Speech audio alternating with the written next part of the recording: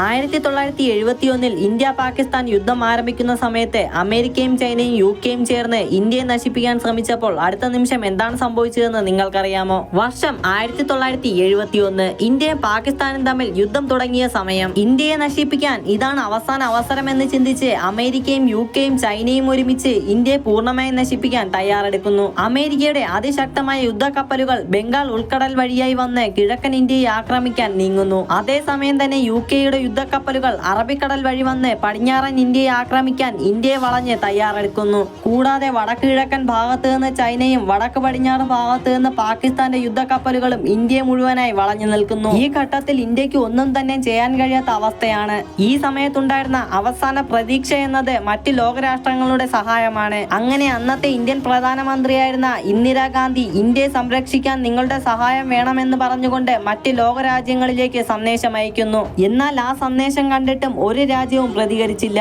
അത് കഴിഞ്ഞ് ഒരു രാത്രി എല്ലാ യുദ്ധക്കപ്പലുകളും ഇന്ത്യയെ അറ്റാക്ക് ചെയ്യാൻ റെഡിയായി നിൽക്കുന്നു. ഇന്ന് നേരം പുലർന്നാൽ ഇന്ത്യ മുഴുവനും ഇല്ലാതെയാകും എന്ന് ചിന്തിച്ച് എല്ലാവരും വിഷമിച്ചിരുന്നപ്പോൾ അടുത്ത ദിവസം എന്താണ് സംഭവിച്ചതെന്ന് നിങ്ങൾക്കറിയാമോ? അടുത്ത ദിവസം രാവിലെ നോക്കിയപ്പോൾ അമേരിക്കയുടെയും യുകെയുടെയും യുദ്ധക്കപ്പലുകൾക്കും ഇന്ത്യക്കും നടുവിൽ അതിനേക്കാൾ ഇരട്ടിയുള്ള അണുവായുധങ്ങളുമായി ഇനി നിങ്ങൾക്ക് ധൈര്യമുണ്ടെങ്കിൽ ഇന്ത്യയെ തൊട്ടുനോക്കൂ എന്ന് വെല്ലുവിളിച്ചുകൊണ്ട് പല യുദ്ധക്കപ്പലുകളും മറ്റും ഇന്ത്യക്ക് കാവൽ നിൽക്കുന്നു. ഇതെന്താണ് സംഭവിക്കുന്നതെന്ന് നോക്കിയപ്പോൾ ഇന്ത്യക്ക് വേണ്ടി കാവൽ നിൽക്കാൻ വേണ്ടി വന്നത് മറ്റാരുമല്ല, റഷ്യ.